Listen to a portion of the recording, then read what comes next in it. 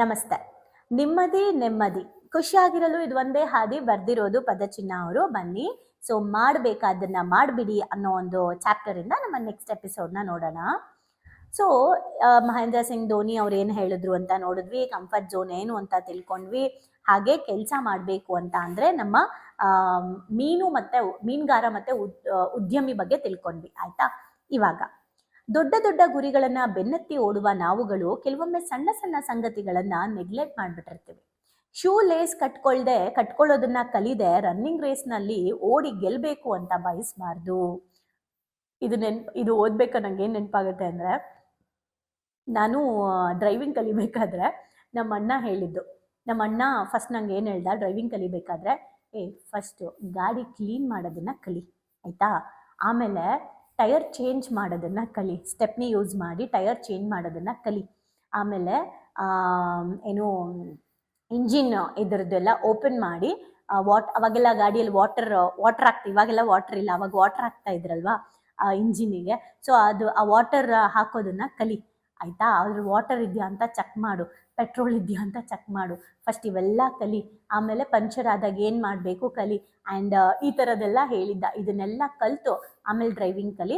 First ಒಂದು 3 ದಿನ ಅಪ್ಪ ಕೆಲ್ಸಕ್ಕೆ ಹೋಗ್ಬೇಕಾದ್ರೆ ಅಪ್ಪನ ಕಾರ್ನ, ಅಂದರೆ ಅಪ್ಪ ಅದು ವೆಹಿಕಲ್ಲು ವರ್ಕ್ ಮಾಡ್ತಾ ಇದ್ದಿದ್ದು ಕಾರು, ಸೊ ಆ ಕಾರ್ನ ವಾಶ್ ಮಾಡು ಚೆನ್ನಾಗಿ, ಆಯಿತಾ ಅಂತ ಹೇಳ್ತಾ ಇದ್ದ ಅವ್ರು ನನಗೆ. ಆಮೇಲೆ ನಮ್ಮಪ್ಪ ಹೇಳಿದ್ರು, ಹೌದು ಮಗನೇ, ನೀನು ಎಲ್ಲಾದರೂ ಹೋದಾಗ ಫಸ್ಟು ನೀನು ಕಲ್ತ್ಕೋಬೇಕಾಗಿರೋದು ನೀನು ಡ್ರೈವಿಂಗ್ ಜೊತೆಗೆ ಗಾಡಿ ರಿಪೇರಿ ಮಾಡೋದು, ಅಂದರೆ ಎಮರ್ಜೆನ್ಸಿಗೆ ಟೈರ್ ಚೇಂಜ್ ಮಾಡೋದನ್ನ ಮೇಜರಾಗಿ ಕಲ್ತ್ಕೋಬೇಕು ಅಂತ ನಮ್ಮಪ್ಪ ಹೇಳಿದರು. ಅದೆಷ್ಟು ಸತ್ಯ ಅಂದರೆ, ಒಂದಿನ ಹಾಗೆ ನಾನೇ ಕಾರ್ ತೊಗೊಂಡು ಹೋಗಬೇಕಾದ್ರೆ ನಾನು ಮತ್ತು ಸಂದೇಶ್ ಹೋಗಿದ್ವಿ. ಸೊ ನಾನೇ ಕಾರ್ ಓಡಿಸ್ತಾ ಇದ್ದೆ, ಪಂಚರ್ ಆಗಿದ್ದು ಗೊತ್ತಾಯಿತು, ಗಾಡಿ ಸೈಡಿಗೆ ಹಾಕಿದೆ. ಸೊ ಗಾಡಿ ಸೈಡಿಗೆ ಹಾಕ್ಬಿಟ್ಟು ನಾನು ಪಂಚರ್ ಆಗಿದ್ದೆ ಕಣೋ, ಅಂದರೆ ಏನೋ ಚುಚ್ಕೊಂಡ್ಬಿಟ್ಟು ಫುಲ್ ಇದಾಗ್ಬಿಡ್ತು, ಸೊ ಟೈರ್ ಚೇಂಜ್ ಮಾಡಬೇಕು, ಇಲ್ಲಿ ಕೆಳಗಡೆ ಸ್ಟೆಪ್ನಿ ಇರುತ್ತೆ, ಚೇಂಜ್ ಮಾಡು. ಇಬ್ರಿಗೂ ಗೊತ್ತಿಲ್ಲ ಅದನ್ನು ಚೇಂಜ್ ಮಾಡೋದು. ಅವಾಗ ಹೇಳ್ದೆ, ನಮ್ಮಪ್ಪ ಹೇಳ್ತಿದ್ರು ಇದನ್ನು ಕಲ್ತ್ಕೋ ಫಸ್ಟು ಅಂತ, ಇಬ್ರಿಗೂ ಗೊತ್ತಿಲ್ಲ ಅಂದ್ಬಿಟ್ಟು ಯೂಟ್ಯೂಬ್ ಓಪನ್ ಮಾಡಿಬಿಟ್ಟು ಹೆಂಗೆ ಬಿಚ್ಚೋದು ಅಂತ ಸಂದೇಶ್ ಅದು ನೋಡ್ಕೊಂಡು ಹೆಂಗೋ ಟ್ರೈ ಮಾಡ್ತಾ ಇದ್ದ. ಬಟ್ ಗೊತ್ತಾಗ್ತಾ ಇರಲಿಲ್ಲ ಎಲ್ಲಿಗೆ ಸ್ಟೆಪ್ನಿ ಇಡಬೇಕು ಕರೆಕ್ಟಾಗಿ ಅಂತ. ಅದೇ ಟೈಮಲ್ಲಿ ಯಾರೋ ಒಬ್ರು ಕಾಲೇಜ್ ಹುಡುಗ ಹೋಗ್ತಾ ಇದ್ದ, ಚಿಕ್ಕೋನು. ಆ ಹುಡುಗಂಗೆ 1 ನಿಮಿಷ ಅಂತ ಇಲ್ಲಿ ನಿಲ್ಲಿಸ್ಬಿಟ್ಟು ಹಿಂಗೆ ಕೇಳಿದ್ವಿ. ಏನೋ ಯಾವುದೋ ಕಾರ್ ಶೋರೂಮಲ್ಲಿ ವರ್ಕ್ ಮಾಡ್ತಾ ಇದ್ವಿ ಹುಡುಗರು. ಅವ್ರು ಬಂದು 10 ನಿಮಿಷಕ್ಕೆ ಚೇಂಜ್ ಮಾಡಿಬಿಟ್ಟು, ಗುರು ನಿಮಗೆ ಟೈರ್ ಚೇಂಜ್ ಮಾಡೋಕ್ಕೆ ಬರಲ್ವಾ ಅಂದರು. ನಾನು ಸಂದೇಶ್ಗೆ ಫಸ್ಟ್ ಕಲ್ತ್ಕೊಬೇಕು ಅಂತ ಅಂದ್ವಿ. ಅಂದರೆ ಡ್ರೈವ್ ಮಾಡೋಕ್ಕೆ ಮುಂಚೆ ಇದನ್ನು ಕಲಿಬೇಕು, ರನ್ನಿಂಗ್ ರೇಸ್ಗೆ ಹೋಗೋಕ್ಕೆ ಮುಂಚೆ ಶೂ ಲೇಸ್ ಹಾಕೋದನ್ನು ಕಲಿಬೇಕು. ಅಂದರೆ ಮಾಡಬೇಕಾಗಿದ್ದು ಚಿಕ್ಕದನ್ನು ಫಸ್ಟ್ ಮಾಡಬೇಕು ಅಂತ, ದೊಡ್ಡದನ್ನು ಮಾಡೋಕ್ಕೆ ಮುಂಚೆ. ಶೂ ಹಾಕದೆ ಓಡುವ ಅವಕಾಶವಿದ್ದರೆ ಸರಿ, ಆದರೆ ಪ್ರತಿ ಬಾರಿ ನಾವು ಅಂದುಕೊಂಡಂತೆ ರೇಸ್ ಇರೋದಿಲ್ಲ. ಎಲ್ಲದಕ್ಕೂ ಸಿದ್ಧವಿರೋದೇ ಜಾಣತನ. ಎಂಥ ಸಿಚುಯೇಷನಲ್ಲೂ ಬಿ ಪ್ರಿಪೇರ್ಡ್ ಅಂತ ಇರೋದೇ ನಿಜವಾಗ್ಲೂ ಬುದ್ಧಿವಂತಿಕೆ ಮತ್ತು ಜಾಣತನ. ವಿಲಿಯಂ ಮೆಕ್ರವಿನ್ ಒಂದು ಪ್ರಸಿದ್ಧ ಭಾಷಣವಿದೆ. ಅದರಲ್ಲಿ ಈ ಸಣ್ಣ ವಿಷಯದ ಬಗ್ಗೆ ಮಾತಾಡ್ತಾರೆ. ಒಂದು ದಿನ ಇಡೀ ಪ್ರಪಂಚವನ್ನೇ ಗೆಲ್ಲಬೇಕು ಅನ್ಕೊಂಡಿದ್ರೆ ಮಲಗಿದ್ದ ಹಾಸಿಗೆಯ ಪ್ರತಿದಿನ ಬೆಳಗ್ಗೆ ಮಡ್ಚಿಡೋದನ್ನ ರೂಢಿ ಮಾಡ್ಕೊಳ್ಳಿ ಅಂತ. ಇಡೀ ಪ್ರಪಂಚನ ಗೆಲ್ಲಬೇಕು ಅಂತ ಕನಸೇನಾದರೂ ನಿಮಗಿದೆ ಅಂದರೆ, ಫಸ್ಟು ಹಾಸಿಗೆ ಎದ್ದ ತಕ್ಷಣ ನೀವು ಹೊದ್ಕೊಂಡಿದ್ದಂತಹ ಹೊದಿಕೆಯನ್ನು, ಬ್ಲ್ಯಾಂಕೆಟ್ನ ಮಡ್ಚಿ ಇಡೋದು ನಿಮ್ಮ ಮೊದಲನೇ ಶಿಸ್ತು, ಮೊದಲನೇ ಸಾಧನೆ ಅಂತ ಹೇಳ್ತಾರಂತೆ. ಯಾಕೆ ಅಂದರೆ, ಸೊ ಅದಕ್ಕೆ ಚೆನ್ನಾಗಿ ವಿವರಿಸಿದ್ದಾರೆ ನೋಡಿ. ನಮ್ಮೊಳಗೆ ನಾವು ಬೆಳಗ್ಗೆ ಎದ್ದ ತಕ್ಷಣ ನಾವು ಹೊತ್ಕೊಂಡಿರುವಂತಹ ಒಂದು ಬೆಡ್ಶೀಟ್ನ ನಾವೇ ಮಡ್ಚಿ ಅದನ್ನು ಕರೆಕ್ಟಾಗಿ ಫೋಲ್ಡ್ ಮಾಡಿಟ್ಟಾಗ ನಮ್ಮೊಳಗಡೆ ಒಂದು ಸಣ್ಣ ಹೆಮ್ಮೆ ಬರುತ್ತಂತೆ, ಪ್ರೌಡ್ ಫೀಲ್ ಭಾವ. ಈ ಭಾವ ಇನ್ನೊಂದು ಕೆಲಸವನ್ನ ಮಾಡೋಕೆ ಸ್ಫೂರ್ತಿ ಕೊಡುತ್ತಂತೆ. ದಿನದ ಆರಂಭದಲ್ಲಿ ಪೂರ್ಣ ಮಾಡ್ತೀವಲ್ಲ ಕೆಲಸನ, ಎದೊಳ್ತಿದ್ದಂಗೆ ಒಂದು ಕೆಲಸ ಫುಲ್ ಮಾಡಿದ್ವಲ್ಲ, ಅದೇ ಥರ ದಿನದ ಅಂತ್ಯನೂ ಕೂಡ ನಾವು ಫುಲ್ಲಾಗಿ ಮಾಡ್ತೀವಂತೆ. ಜೀವನದಲ್ಲಿ ಸಣ್ಣ ಅಂಶಗಳು ಹೆಚ್ಚು ಮುಖ್ಯವಾಗುತ್ತದೆ ಎನ್ನೋದಕ್ಕೆ ಹಾಸಿಗೆ ಮಡಚುವ ಒಂದು ಪುಟ್ಟ ಕೆಲಸ ದೊಡ್ಡ ಉದಾಹರಣೆಯಾಗಿ ಹೇಳಿದ್ದಾರೆ. ಯಾಕಂದ್ರೆ ಆ ಒಂದು ಸಣ್ಣ ಕೆಲಸವನ್ನೇ ಸರಿಯಾಗಿ ಮಾಡೋಕ್ಕಾಗಲ್ಲ ಅಂದರೆ ಇನ್ನೇನು ದಬ್ಬಾಗ್ತೀಯಾ ಅಂತ. ಓಕೆ, ಸೊ ಇನ್ನೇನು ಮಾಡ್ತೀರಾ, ಅವನು ಚಿಕ್ಕದನ್ನು ಮಾಡೋಕ್ಕಾಗ್ತಿಲ್ಲ ನಿನಗೆ ಅಂತ. ಎಷ್ಟು ಇಂಪಾರ್ಟೆಂಟ್ ನೋಡಿ ಚಿಕ್ಕದು ಕೂಡ.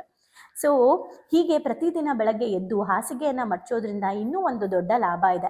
ಅಕಸ್ಮಾತ್ ನೀವೇನೋ ಹೊರಗಡೆ ಹೋಗಿ ಸುಸ್ತಾಗಿ ಟಯರ್ಡ್ ಆಗಿ ಮನೆಗೆ ಬಂದು ನೋಡಿದಾಗ ನಿಮ್ಮ ಹಾಸಿಗೆ ಮೇಲೆ ಗಲೀಜಿದ್ದು ಅದನ್ನ ಮಡ್ಚಕ್ಕೆ ಬಟ್ಟೆಗಳೆಲ್ಲ ತುಂಬಿಕೊಂಡಿದ್ರೆ ನಿಮಗೆ ಇವಾಗ ಮತ್ತೆ ಇದೆಲ್ಲ ತೆಗೆದು ಮಲಗಬೇಕಾ ಅನ್ಸುತ್ತಲ್ವಾ. ಅದೇ ನೀವು ಬೆಳಗ್ಗೆನೆ ಕ್ಲೀನ್ ಮಾಡಿ ಹೋಗಿದ್ರೆ ಬಂದ ತಕ್ಷಣ ಆ ಒಂದು ಬೆಡ್ನ ನೋಡ್ತಾ ಇದ್ದಂಗೆನೆ ಅಪ್ಪ ಸದ್ಯ ಬೆಳಗ್ಗೆ ಕ್ಲೀನ್ ಮಾಡಿದ್ಕೂ ಸಾರ್ಥಕ ಆಯಿತು, ನೆಮ್ಮದಿಯಾಗಿ ಮಲ್ಕೊಂಬಿಡೋಣ ಅನ್ಸುತ್ತೆ ಅಲ್ವಾ. ಸೊ ಅದು ತುಂಬ ಇಂಪಾರ್ಟೆಂಟ್ಸ್. ಈ ವಿಚಾರದಲ್ಲಿ ನಾನು ಯಾವುದೇ ಊರಿಗೆ ಹೋಗಲಿ, ಎಲ್ಲಿಗೆ ಹೋಗಲಿ, ಮನೆಯೆಲ್ಲ ಕ್ಲೀನ್ ಮಾಡಿ, ಎಲ್ಲ ರೂಮ್ಗಳು ಬೆಡ್ಶೀಟ್ ಎಲ್ಲ ನೀಟಾಗಿ ಹಾಕಿ, ಸೋಫಾ ಎಲ್ಲ ಕ್ಲೀನ್ ಮಾಡಿ, ಫುಲ್ ಕ್ಲೀನ್ ಮಾಡಿಬಿಟ್ಟು ಹೆಂಗಿರ್ಬೇಕು ಹಂಗಂಗೆ ರೆಡಿ ಮಾಡಿಬಿಟ್ಟು ಅಡುಗೆ ಮನೆದೆಲ್ಲ ಫುಲ್ ಹೋಗ್ತಾ ಇದ್ದೆ. ನಮ್ಮಮ್ಮ ಇವಾಗ ಹೋಗ್ಬಿಟ್ಟು ಬರ್ತೀವಿ ತಾನೆ, ಇಷ್ಟು ಯಾಕೆ ಕ್ಲೀನ್ ಮಾಡ್ತಿದ್ಯಾ ಅಂದರೆ ಇಲ್ಲ, ನಾನು ಎಲ್ಲಾದರೂ ಹೋಗಿ ಬಂದಾಗ ಆಬ್ವಿಯಸ್ಲಿ ದೇಹ ಟಯರ್ಡ್ ಆಗಿರುತ್ತೆ, ಬಂದ ತಕ್ಷಣ ಮಲಗಬೇಕನ್ಸುತ್ತೆ. ಬಂದು ಬಾಗಿಲು ಓಪನ್ ಮಾಡಿದಾಗ ನನಗೆ ಹಬ್ಬ ಮನೆ ಪ್ರಶಾಂತವಾಗಿದೆಯಪ್ಪ, ಪಾತ್ರೆ ತೊಳಿಬೇಕಿತ್ತು, ಅಯ್ಯೋ ಅದನ್ನು ಕ್ಲೀನ್ ಮಾಡಬೇಕಿತ್ತು, ಅಯ್ಯೋ ಬಟ್ಟೆ ಮಡಚಬೇಕು, ಎಲ್ಲ ಅಲ್ಲೇ ಹರ್ಕೊಂಡಿದೆ ಅಂತ ಆಲ್ರೆಡಿ ನನ್ನ ಮನಸ್ಸು ಸುಸ್ತಾಗಿರುತ್ತೆ, ನನ್ನ ದೇಹ ಸುಸ್ತಾಗಿರುತ್ತೆ. ಬಂದು ಆ ಥರದ್ದು ನೋಡಿದಾಗ ಇನ್ನಷ್ಟು ಮನಸ್ಸು ಸುಸ್ತಾಗಬಾರ್ದು, ನೋಡಿದಾಗಾದರೂ ಆರಾಮ್ ಅನಿಸ್ಬೇಕು ಅಂತ. ಇದು ನನಗೆ ನಿಜವಾಗ್ಲೂ ತುಂಬ ದೊಡ್ಡ ಲಾಭ ಕೊಟ್ಟಿದೆ. ಎಲ್ಲೇ ಹೋಗಿ ಬರಲಿ, ಒಂದು ವಿಷಯ ಹೇಳ್ತೀನಿ, ಇದು ಎಷ್ಟು ಸಣ್ಣದ್ರಲ್ಲಿ ಎಷ್ಟು ಲಾಭ ಇದೆ ಅಂತ. ನನ್ನ ಡೆಲಿವರಿ ಟೈಮಲ್ಲಿ ಹೋಗಬೇಕಾದ್ರೆ ನಾನು ಒನ್ ಮಂತ್ ಬಿಫೋರು ಡೆಲಿವರಿಗೆ ಹೋಗಬೇಕಾದ್ರೆ ಹಾಸ್ಪಿಟಲ್ಗೆ ನಂದೇನೇನು ತೊಗೊಂಡೋಗ್ಬೇಕು, ಮಗುದೇನೇನು ತೊಗೊಂಡೋಗ್ಬೇಕು, ಈಚ್ ಆ್ಯಂಡ್ ಎವ್ರಿಥಿಂಗ್, ಒಂದು ಕರ್ಚೀಫಿಂದ ಹಿಡಿದು ವಾಟರ್ ಬಾಟಲ್ಸ್ ಯಾವ್ಯಾವ್ದು ಇಟ್ಕೋಬೇಕು ಎಲ್ಲ ಸೆಟ್ ಮಾಡಿ ರೆಡಿ ಮಾಡಿ ಇಟ್ಟಿದ್ದೆ ಒಂದು ಕಡೆ. ಫೈಲು, ಹಾಸ್ಪಿಟಲ್ ಫೈಲು ಎಲ್ಲ ರೆಡಿ ಮಾಡಿ ಇಟ್ಟಿದ್ದೆ. ಓಕೆ, ಈವನ್ ಕ್ಯಾಶ್ ಒಂದು ಸ್ವಲ್ಪ ಎಲ್ಲವೂ ಕೂಡ. ನಾನು ಬೇರೆ ಎಲ್ಲೋ ಊರಿಗೆ ಹೋದಾಗ ನಂಗೆ ವಾಟರ್ ಬ್ರೇಕ್ ಆಗಿದ್ದು. ಸೊ ನಾನು ಇವಾಗ ಹಾಸ್ಪಿಟಲಲ್ಲಿ ಇದ್ದೀನಿ, ನನ್ನ ಡೆಲಿವರಿ ಆಗಿದೆ, ಈಗ ಮನೆಗೆ ಅದು ತೊಗೊಂಡು ಬನ್ನಿ ಇದು ತೊಗೊಂಡು ಬನ್ನಿ ಅಂದರೆ ನಮ್ಮಮ್ಮ ಒಂದು ತರ್ತಾರೆ, ಒಂದು ಬಿಟ್ಟು ಬರ್ತಾರೆ, ನನ್ನ ಗಂಡ ಒಂದು ತರ್ತಾರೆ ಬಿಟ್ಟು ಬರ್ತಾರೆ ಅಲ್ವಾ. ಆ ಟೆನ್ಷನ್ನು, ಆ ನೋವು, ಅದ್ರ ಮಧ್ಯ ಅದಿಲ್ಲ ಇದಿಲ್ಲ ಅಂತ ಒದ್ದಾಡಬೇಕು. ಸಿಂಪಲ್ ನಾನೇನು ಹೇಳಿದೆ ಗೊತ್ತಾ, ಅಲ್ಲಿ 3 ಬ್ಯಾಗ್ ಇದೆ, ಒಂದರಲ್ಲಿ ಫೈಲು, ಡಾಕ್ಯುಮೆಂಟ್ಸ್ ಎಲ್ಲ ಇದೆ, ಅದು ಇನ್ನೊಂದರಲ್ಲಿ ನನಗೆ ಬೇಕಾಗಿದೆ, ಇನ್ನೊಂದರಲ್ಲಿ ಮಗುದಿದೆ, 3 ತೊಗೊಂಡು ಬಂದುಬಿಡಿ, ಏನೇನು ತರಬೇಡಿ ಅಂದೆ. Already prepare. ಸೊ ನಾನು ಆಲ್ರೆಡಿ ಅಲ್ಲಿ ಡೆಲಿವರಿಗೆ ಪ್ರಿಪೇರ್ ಆಗ್ತಾ ಇದ್ದೀನಿ. ಸೊ ಈಗ ನಂಗೆ ಯಾವುದು ಟೆನ್ಷನ್ ಇಲ್ಲ. ಇವರು ನಾನು ಡೆಲಿವರಿಯಿಂದ ಹೊರಗೆ ಬಂದ ಮೇಲೆ ನನಗೆ ಅದು ಬೇಕು ಇದು ಬೇಕು ಇಲ್ಲ, ಆಲ್ರೆಡಿ ಪ್ರಿಪೇರ್ ಆಯಿತಾ. ಸೊ ಎಷ್ಟು ರೆಡಿ ಇದೆ. ಆ್ಯಂಡ್ ನಾನು ಡೆಲಿವರಿಗೆ ಹೋಗೋಕ್ಕೆ ಮುಂಚೆ ಇನ್ ಕೇಸ್ ಕ್ಲಾಸ್ ತೊಗೊಳಕ್ಕೆ ನನಗೆ ಕಷ್ಟ ಆದರೆ ಅಂತ ಸಂದೇಶ್ಗೆ ಪ್ರಿಪೇರ್ ಮಾಡಿದ್ದೆ. ಅಂದರೆ ನಾಳೆ ಬೆಳಗ್ಗೆ ಯಾವುದಕ್ಕೂ ನೀನು ರೆಡಿ ಇರು, ಅಂದರೆ ಈ ಮಂತಲ್ಲಿ ನೀನು ಯಾವಾಗಾದರೂ ರೆಡಿ ಇರಬೇಕು ಅಂತ ಆಲ್ರೆಡಿ ಅವ್ನು ಪ್ರಿಪೇರ್ ಆಗ್ತಾ ಇದ್ದ ಕೊಡೋಕ್ಕೆ. ಅವಾಗ ಅವ್ನು ಇನಿಷಿಯಲಿ ಫಸ್ಟು ಸ್ಟಾರ್ಟ್ ಮಾಡಿದ್ದು ಕ್ಲಾಸ್ ಮಾಡೋಕ್ಕೆ, ಕೊಡೋಕ್ಕೆ ಸ್ಟಾರ್ಟ್ ಮಾಡ್ತಾ ಇದ್ದ. ಕರೆಕ್ಟಾಗಿ ನನ್ನ ಡೆಲಿವರಿ ಟೈಮಲ್ಲಿ ಅವ್ನು ಆಲ್ರೆಡಿ ಕ್ಲಾಸ್ ಹೋಸ್ಟ್ ಮಾಡಿ ರೆಡಿ ಮಾಡ್ದ. ಅಂದರೆ ಪ್ರೀ ಪ್ಲ್ಯಾನ್ಡ್ ಮಾಡ್ಕೊಳ್ಳೋ ಅಂಥ ಚಿಕ್ಕ ಚಿಕ್ಕ ಕೆಲಸಗಳು ನಮ್ಗೆ ಎಷ್ಟು ಲಾಭ ಕೊಡುತ್ತೆ. ನಾವು ಅಂದ್ಕೊಳ್ತೀವಿ ಇವಾಗ ಒಂದು ಪೆನ್ ಇರುತ್ತೆ, ಪೆನ್ ಕ್ಯಾಪ್ ಇರಲ್ಲ, ಪರ್ಸು ಎಲ್ಲೋ ಇಟ್ಟಿರ್ತೀವಿ, ದುಡ್ಡು ಎಲ್ಲೋ ಇರುತ್ತೆ, ಕೀ ಎಲ್ಲೋ ಇಡ್ತೀವಿ, ಅಂದರೆ ಕೀ ಎಲ್ಲೆಲ್ಲೋ ಇಟ್ಟು ಹುಡ್ಕಕ್ಕೆ ಅರ್ಧ ಗಂಟೆ. ಸೊ ನಾವು ಮಾಡುವಂಥ ಚಿಕ್ಕ ಚಿಕ್ಕ ಡಿಸಿಪ್ಲಿನ್ ಏನಿದೆ ಅದೇ ದೊಡ್ಡ ದೊಡ್ಡ ಸಾಧನೆಗೆ ದಾರಿಯಾಗುತ್ತೆ. ಯಾರು ಈ ಚಿಕ್ಕ ಚಿಕ್ಕ ಕೆಲಸಗಳನ್ನು ಕರೆಕ್ಟಾಗಿ ಮಾಡ್ತಾರೆ ಅವರು ಸಾಧನೆನೂ ಕೂಡ ಹಾಗೆ ಮಾಡ್ತಾರೆ. ನಾವು ಅಂದ್ಕೊಂಡಿದ್ದೀವಿ ಅವರೆಲ್ಲ ಬರೀ ಸಾಧನೆ ಮಾಡ್ತಿದ್ದಾರೆ ಅಂತ, ಖಂಡಿತ ಇಲ್ಲ.